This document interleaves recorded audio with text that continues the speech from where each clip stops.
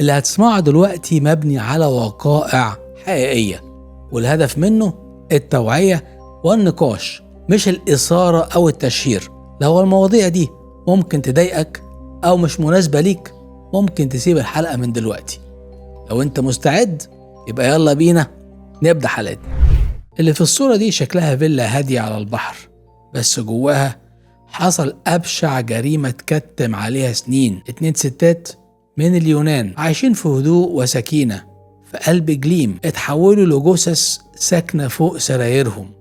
الغريبة إن القاتل كان بيشرب معاهم شاي وبياكل من إيديهم وبيضحك في وشهم كل يوم. خليك معايا لأن القصة دي مش مجرد سرقة، القصة دي فيها كل معاني الغدر اللي ممكن تهزك من جواك. ايه اللي يخلي انسان النهارده يقتل الناس اللي ساعدوه، وازاي الشرطة وصلت ليه؟ لو عايز تعرف اصل الحكاية خليني احكي لك القصة من الاول.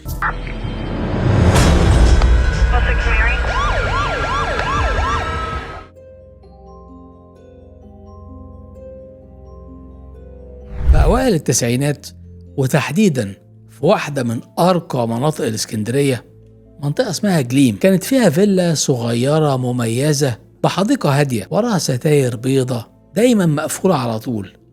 ساكنين فيها أختين من أصل يوناني اسمهم كاترينا وماريا. الاتنين اتولدوا واتربوا في اسكندرية، عاشوا عمرهم كله في البلد ديت، وبعد وفاة أبوهم وأمهم ما كانش ليهم حد. كل العيلة رجعت اليونان من سنين وهم فضلوا لوحدهم، لا يعرفوا طريق الأهل ولا في حد بيسأل. كاترينا وماريا ما اتجوزوش رغم ان العروض كانت كتير، لكن هم كان عندهم خوف مزمن من الجواز، من الرجالة كمان، ومن فكرة الاستغلال.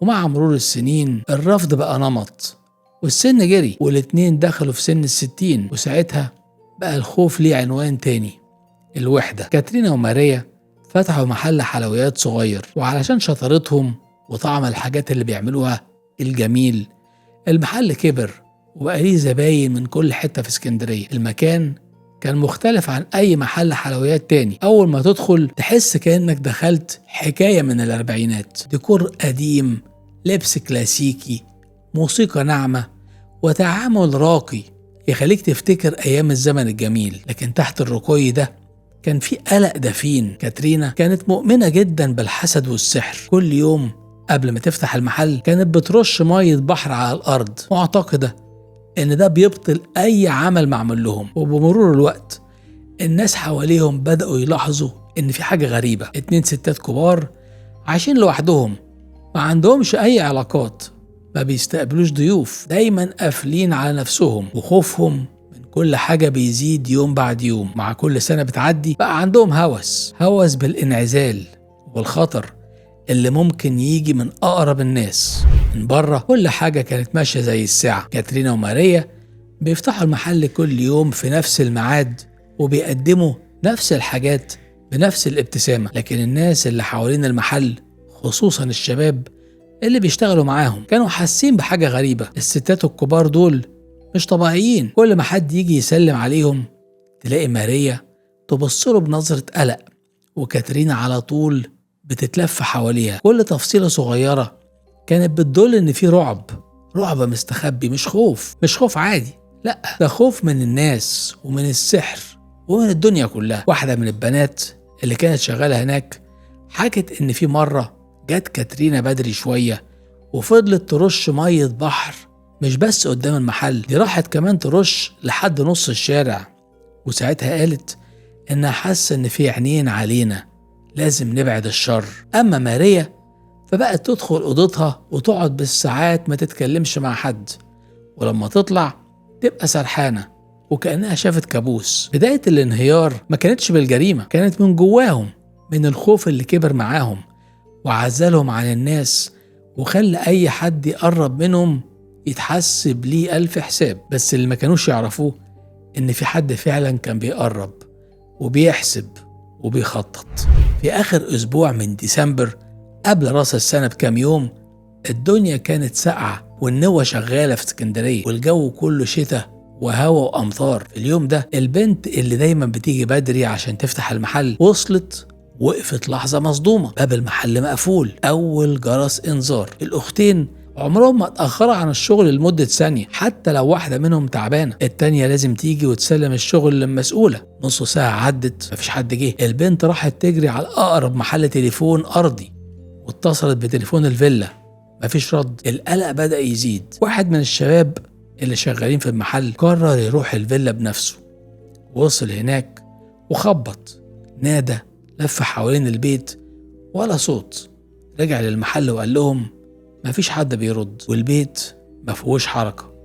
فضلوا واقفين قدام باب المحل 3 ساعات كاملين مش مصدقين اللي بيحصل. الشباب قالوا للبنات امشوا انتوا واحنا هنفضل مستنيين. لكن الليل نزل والجو برد والإرهاق هد حيلهم وكل واحد اضطر يروح بيته. تاني يوم نفس السيناريو، المحل مقفول والفيلا ساكتة، مفيش أي علامة حياة. ساعتها قالوا كده الموضوع كبير، لازم نبلغ الشرطة. 2 من الشباب راحوا على أقرب اسم وقدموا بلاغ باختفاء كاترينا وماريا وشرحوا كل حاجة حصلت. وساعتها الشرطة بدأت تتحرك. بعد ما الشرطة استلمت البلاغ وتم إصدار أمر بكسر باب الفيلا، دخل رجال الأمن وكل خطوة جوه البيت كانت بتكشف كارثة. الفيلا كانت مقلوبة، هدوم مرمية، دواليب مفتوحة، كل حاجة كانت مقلوبة فوق بعضها. وبين كل ده كان في صمت قاتل، صمت بيقول إن في حاجة مش طبيعية حصلت هنا من ساعات. أول أوضتين فيهم فوضى بس ما كانش في جثث. تالت أوضة الباب مقفول، أول ما فتحوه لقى واحدة من الأختين نايمة على السرير، بس نايمة النومة الأبدية ومخدة متبهدلة فوق وشها، شكلها قاومت. لكن الهجوم كان شكله عنيف وسريع. فتحوا الأوضة الرابعة نفس المشهد بالظبط، الأخت التانية مقتولة بنفس الطريقة على السرير وبنفس الجرح. واضح إن القاتل كان بيخطط وبيعيد نفس السيناريو بالتفصيل. رجال المباحث بدأوا يحرزوا المكان ويمنعوا أي حد يقرب. لكن في اللحظة ديت محدش كان فاهم ده حادث سرقة ولا جريمة كراهية ولا جريمة انتقام. كل اللي اتأكدوا منه إنه في قاتل داخل البيت، قفل وراه ومشي من غير ما حد يشوف، وساب وراه أبشع مشهد ممكن يتشاف في فيلا راقية في قلب جليم. الفيلا كانت متدمرة كأن عاصفة دخلت قلبتها. الشرطة عملت كوردون حوالين البيت وبدأوا يجمعوا أي حاجة ممكن تكون دليل.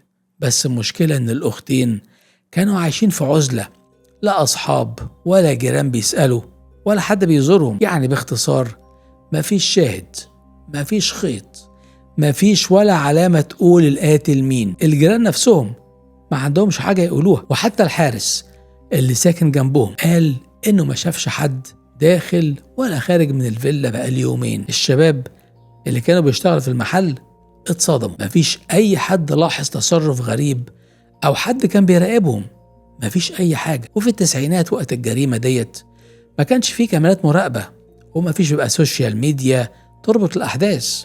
زمان كل الجيران بيلاحظوا أي حاجة، لكن دلوقتي الكل قافل على نفسه. الشرطة بعد كده قالت القضية ضد مجهول، وبعد كده الفيلا اتقفلت والمحل ما بقاش بيفتح تاني والناس بدأت تنسى. لكن القاتل كان لسه حر طليق وبيصرف من الفلوس اللي خدها وبيفكر يبيع حاجات تانية، ومحدش كان يعرف مين هو. لكن اللي جاي هتعرف منه كل حاجة. عدت شهور والفيلا مقفولة والقضية نايمة في الدرج. لكن في مارس 1994 حصلت المفاجأة اللي حركت المياه الراكدة. راجل كبير اسمه عبد السلام صاحب بازار أنتيكات وتحف نادرة راح بنفسه على الاسم وقدم بلاغ غريب. قالك إن في شاب بسيط باين من لبسه إنه من الأرياف دخل عليه بازار وكان ماسك في إيده ظرف ملفوف في بلوفر قديم وجواه ألبوم طوابع نادرة جدا. الشاب كان مرعوب، عينيه بتلف شمال ويمين وإيديه بتترعش، بس قال بالحرف أنا عايز أبيع الحاجات ديت، تمنهم كام؟ عبد السلام فتح الألبوم واتصدم، طوابع نادرة جدا وقيمتها كبيرة قوي. وسأل الشاب انت جبت الحاجات دي منين؟ رد عليه الشاب بصوت مهزوز ورثتها من جدي الكبير. الراجل حس ان في حاجة مش طبيعية بس قرر يمشي معاه في الكلام وقال له طب تعالى بكرة اكون جمعت لك المبلغ. اداله 10 جنيه عربون. طبعا 10 جنيه في التوقيت ده كان مبلغ كبير جدا. خد منه طابعين بس